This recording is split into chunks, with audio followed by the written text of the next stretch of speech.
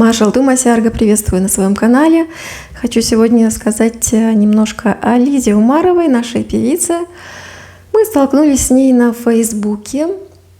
Можно сказать, нас свело похожее мировоззрение. И так слово за слово стали общаться. Я вспомнила ее имя по песням, которые звучали со всех уголков в начале 2000-х.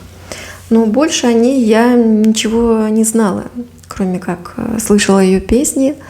Они были такие задевающие за живое, очень многим людям нравились, но как-то другой информации о ней у меня не было. Начала читать о ней статьи русскоязычные, нашла, и Анна Политковская лестно о ней отзывалась очень. Она и получила известность после публикации Анны Политковской в «Новой газете». Наибольшую известность получила.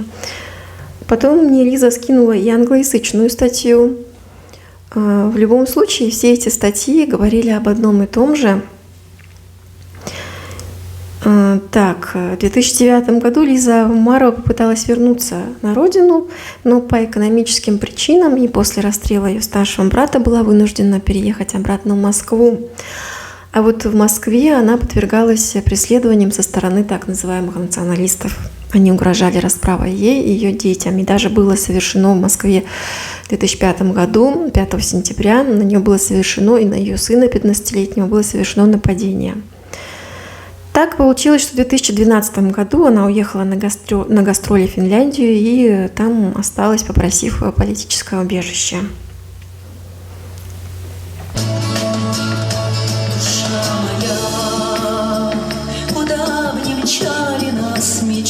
Душа моя, куда бы ни мчала нас судьба, ты лишь в Чечне находишь счастье и покой, душа моя. О, сколько лет перетерпели мы с тобой, душа моя, о, как страдали мы с тобой, слез не тая. Ты не сломилась, не склонилась, не сдалась, душа моя.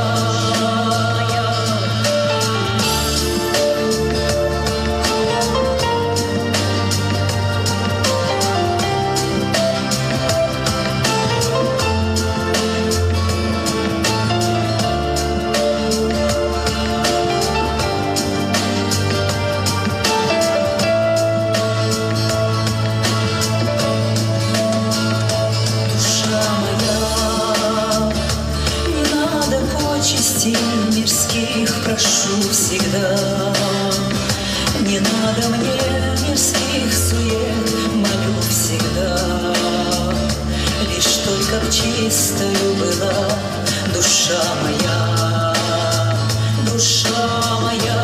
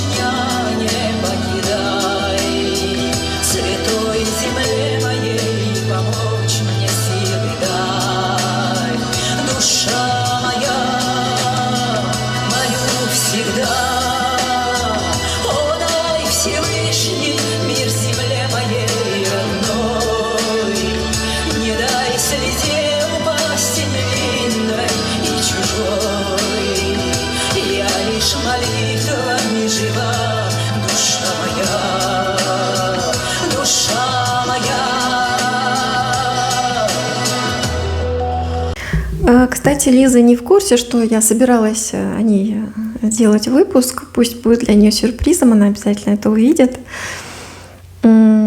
И далее посмотрим, что писала по Политковская о Лизе. Она говорила, что Умарова это такая чеченская Любэ в одиночку с примесью Газманова. Мне это сравнение не очень понравилось, но дальнейшая оговорка все исправила.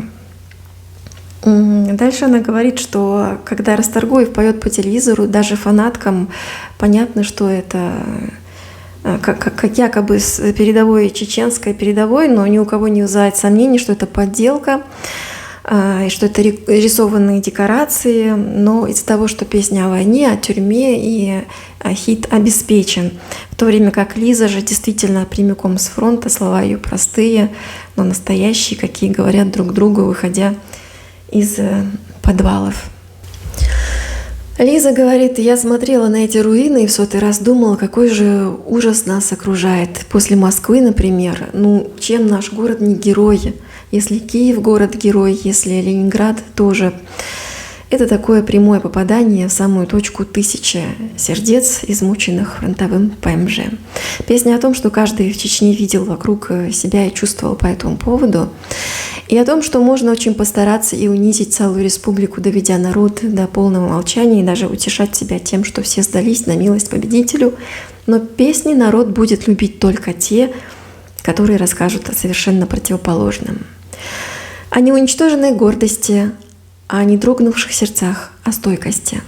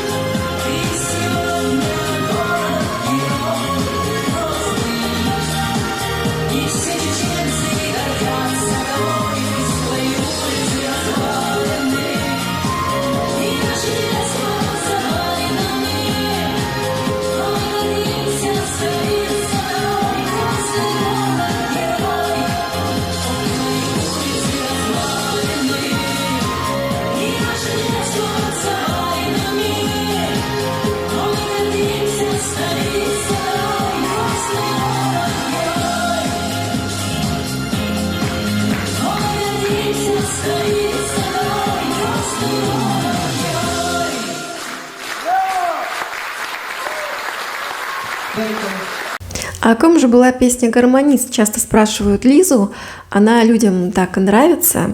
Не о том ли музыканте ее спрашивают, которого все знали, он играл на центральном рынке в Грозном и погиб в первую бомбежку в октябре 99-го. Того гармониста многие помнят. Но Лиза объясняет, что это совсем другая история. На том же центральном рынке она часто слушала гармониста, он играл старинные чеченские мелодии, которые исполняла даже ее мама, которая давно умерла. И вот в очередной раз гармониста на привычном месте не оказалось. Она спросила женщин, торгующих там, которые объяснили ей, что его убили. Вот так Лиза сочинила эту песню, и пусть она будет о всех погибших в войну чеченских гармонистах. По утрам на рынке в Грозном его музыка звучит. С очень грустными глазами там играет гармонист. Забывают о несчастьях те, кто слушают гармонь. Под его аккорды люди вспоминают о былом. А над городом Грозным его музыка звучит. Всем чеченцам на радость, прерывая пули свист, улыбаются люди, утомленные войной, и не падают духом, вдохновленные игрой.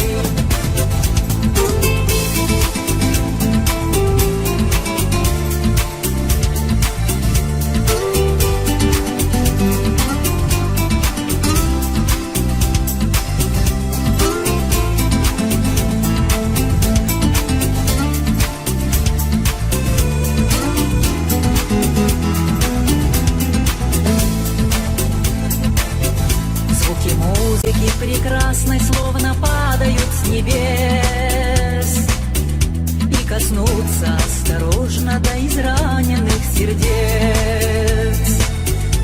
Переносит память прошлые прекрасные года, и не хочется оттуда возвращаться никогда. А над городом Грозным его музыка звучит.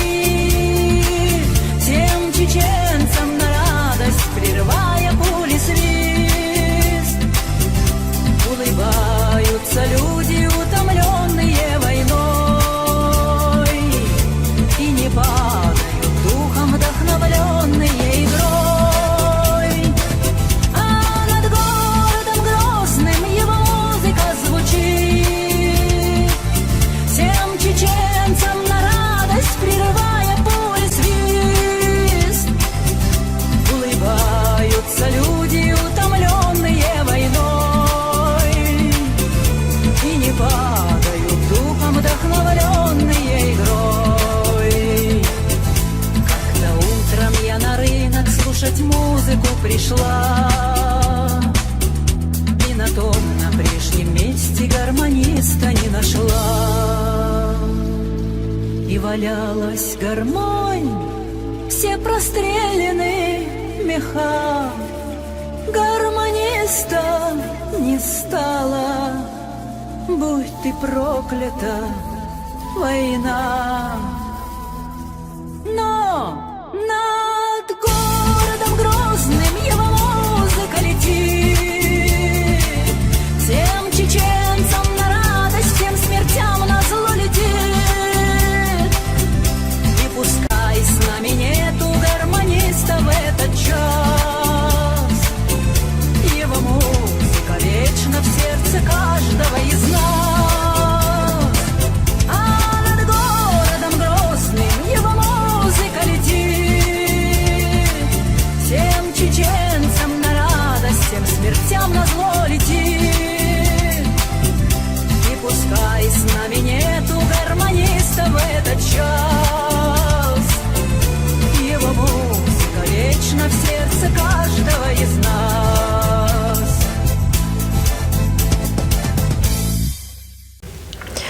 Что меня больше всего тронуло в рассказах о Лизе, если мои знакомые, друзья говорят они: о, это большая патриотка, ее песни, ее творчество очень вдохновляло и поддерживало наш народ в самые трудные времена.